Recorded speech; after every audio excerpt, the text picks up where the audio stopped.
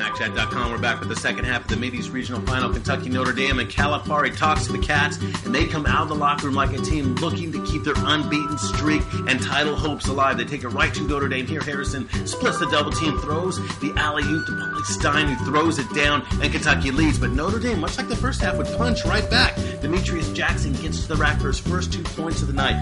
Then when Vastoria hits this deep three, Notre Dame opens up a 6-point lead with 6 to go. Not quite done yet. Zach August gets to the line for the and one and the harm, and the Irish actually lead by 5 with just over 5 to go.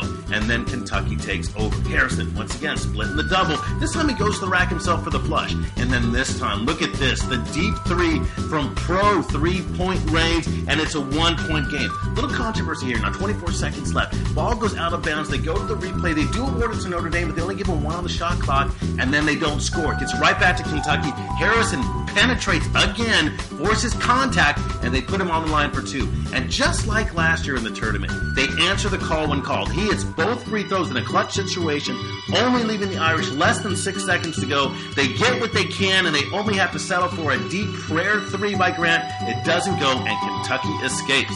68-66. They move on. We're back with more Final Four action right after this.